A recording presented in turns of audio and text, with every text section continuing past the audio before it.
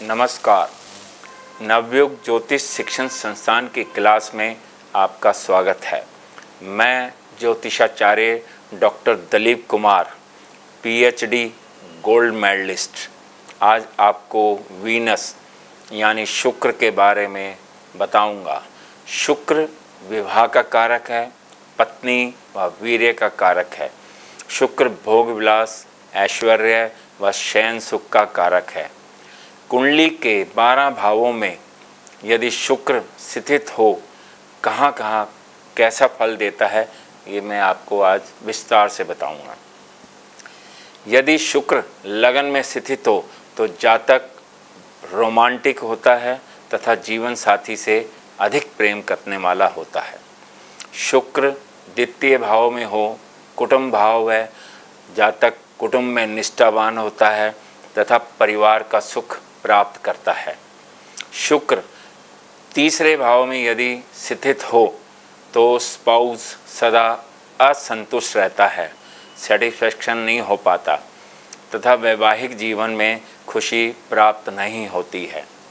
शुक्र कुंडली के चतुर्थ भाव में स्थित हो तो पारिवारिक जीवन खुशहाल होता है, लेकिन जातक स्त्रियों के पीछे भागने वाला होता है। पंचम भाव, कुंडली के पंचम भाव में यदि शुक्र स्थित हो तो जातक अत्यधिक प्रेमी होता है, स्त्रियों की संगत में आनंद प्राप्त करता है। शुक्र यदि छठे भाव में, त्रिक भाव का पहला भाव है षष्ठम भाव, यदि छठे भाव में स्थित हो तो जातक अनैतिक कार्य करता है तथा अन्य व्यक्तियों से उसके संबंध होते हैं। शुक्र कुंडली के सप्तम भाव में हो, विवाह का घर है, तो वैवाहिक जीवन आनंदमयी होता है, लेकिन जातक काम विचारों पर बेकाबू हो जाता है। अष्टम भाव, त्रिक भाव का दूसरा भाव, कुंडली के अष्टम भाव में यदि शुक्र बैठा हो तो जीवन साथी रोगी होता है तथा जातक के अवैध संबंध भी होते हैं।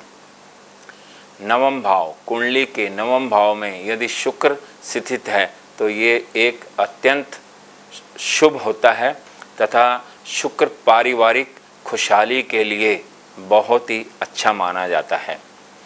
दशम भाव, यदि शुक्र दशम भाव में स्थित हो तो वैवाहिक जीवन बहुत अच्छा होता है तथा दोनों पति पत्नी एक दूसरे से अधिक प्रेम करते हैं। शुक्र यदि 11वें भाव में स्थित हो, मित्र भाव है, दोनों में मित्रता होती है तथा प्रेम पूर्ण संबंध बने रहते हैं। शुक्र 12वें भाव में, शुक्र के अतिरिक्त सभी ग्रह 12वें भाव में अशुभ फल देते हैं, लेकिन शुक्र के लिए ये सबसे अच्छी पोजीशन है, इसे बेस्ट पोजीशन कहा जा सकता है, क्योंकि शुक्र शैया सुख का कारक है, जातक काम आनंद का इच्छुक होता है। कुंडली में यदि शुक्र मंगल की युति या दृष्टि किसी भी भाव में हो, या शुक्र मंगल की राशि में स्थित हो या मंगल शुक्र की राशि में स्थित हो, तो जातक अत्यधिक कामुक होता है, क्योंकि काल पुरुष की कुंडली में लगन का स्वामी मंगल पुरुष है, सप्तम भाव का स्वामी शुक्र है तथा इन दोनों की शुक्र और मंगल की युति किसी भी भाव में शुभ नहीं मानी जाती, जातक को अत्यधिक कामुक बना देती है। इसी प्रकार शुक्र और शनि की युति कुंडली के किसी भी भाव में हो तो जातक में व्यभिचार की प्रवृत्ति बढ़ जाती है तथा जातक अननेचुरल सेक्स यानी स्वच्छंद यौनाचार में लिप्त होता है।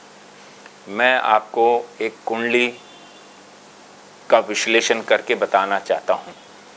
इस कुंडली में वृश्चिक लगन है, ये एक जातिका की कुंडली है। जातिका के लगन में केतु व सप्तम भाव में राहु बैठे हुए हैं तथा पंचम भाव में शुक्र व शनि हैं। शुक्र उच्च का है तथा शनि के साथ युति कर रहा है तथा गुरु जातिका के अष्टम भाव में स्थित है। पति स्त्री के लिए पति का कारक गुरु अष्टम भाव में स्थित होना, सप्तम भाव में राहु होना, लगन और सप्तम भाव राहु केतु एक्सिस में होना, शुक्र उच्च का होकर पंचम भाव में स्थित है तथा शनि से पीड़ित है। इसी वजह से जातिका के बहुत अधिक संबंध हैं तथा स्वच्छंद यौनाचार बहुत जल्दी अपने फ्रेंड्स बदल लेती है और उसके बहुत दोस्त होते हैं तथा फ्री सेक्स में बिलीव करती है। शुक्र और शनि की युति पंचम भाव में, जिसमें शुक्र उच्च का है, इसी कारण जातिका का अपने काम भावनाओं पर कंट्रोल नहीं हो पाता है। नमस्कार। अभी आपको शुक्र का कुंडली के 12 भावों में क्या क्या फल होता है बताया गया है। शुक्र विवाह और शुक्राणु का कारक है।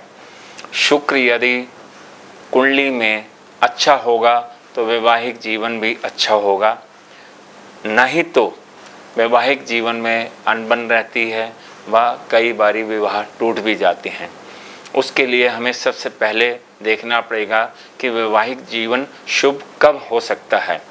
सबसे पहले शुक्र शुभ कत्री हो, यानी कि शुक्र के दोनों ओर नैसर्गिक शुभ ग्रह होने चाहिए। शुक्र पाप ग्रहों से युति या दृष्ट ना हो। पाप ग्रहों के प्रभाव से शुक्र के अशुभ फल प्राप्त होते हैं। शुक्र से चतुर्थ, अष्टम व द्वादश भावों में अशुभ ग्रह नहीं होने चाहिए। शुक्र यदि शुभ राशि या उच्च राशि में है तो वैवाहिक जीवन अच्छा होता है। शुक्र को केंद्र त्रिकोण में स्थित होना चाहिए। मालव्य योग, यदि कुंडली में शुक्र अपनी स्वराशि या उच्च राशि में केंद्र में स्थित हो तो मालव्य योग बनता है तथा जीवन में सभी प्रकार की खुशहाली का सूचक होता है। शुक्र को त्रिक भावों में, यानी कि छठे, 8वें, 12वें भाव में नहीं होना चाहिए। शुक्र की डिग्री 5 डिग्री से कम या 25 डिग्री से अधिक नहीं होनी चाहिए, नहीं तो शुक्र बाल या मृत होने के कारण अपना शुभ फल नहीं दे पाता है। शुक्र सूर्य से अस्त नहीं होना चाहिए। सूर्य से यदि शुक्र मार्गी है तो 10 डिग्री या वक्री है तो 8 डिग्री से कम अंतर होना अस्त हो जाता है। शुक्र सूर्य से कभी भी 47 डिग्री से अधिक आगे नहीं जा सकता है। शुक्र सदा सूर्य के साथ होगा या 2 भाव आगे या 2 भाव पीछे ही रहता है। शुक्र और सूर्य की युति अग्नि तत्व की राशियों में नहीं होनी चाहिए, क्योंकि सूर्य अग्नि तत्व का ग्रह है व राशि भी यदि अग्नि तत्व हो तो वैवाहिक जीवन खराब हो जाता है। नवांश में यदि सप्तम भाव और सप्तमेश शुभ हो तथा बली हो तो वैवाहिक जीवन अत्यंत खुशहाल होता है। ये थे शुक्र से संबंधित मेरे विचार। मेरी 2 पुस्तक ज्योतिष योग दर्पण व अंक ज्योतिष दर्पण बाजार में उपलब्ध है तथा 2 पुस्तकें बहुत जल्दी आने वाली हैं। यदि आपको ज्योतिष में रुचि हो या ज्योतिष विषय सीखना चाहते हैं तो आप वीडियो के अंत में दिए गए नंबरों पर संपर्क कर सकते हैं। नमस्कार।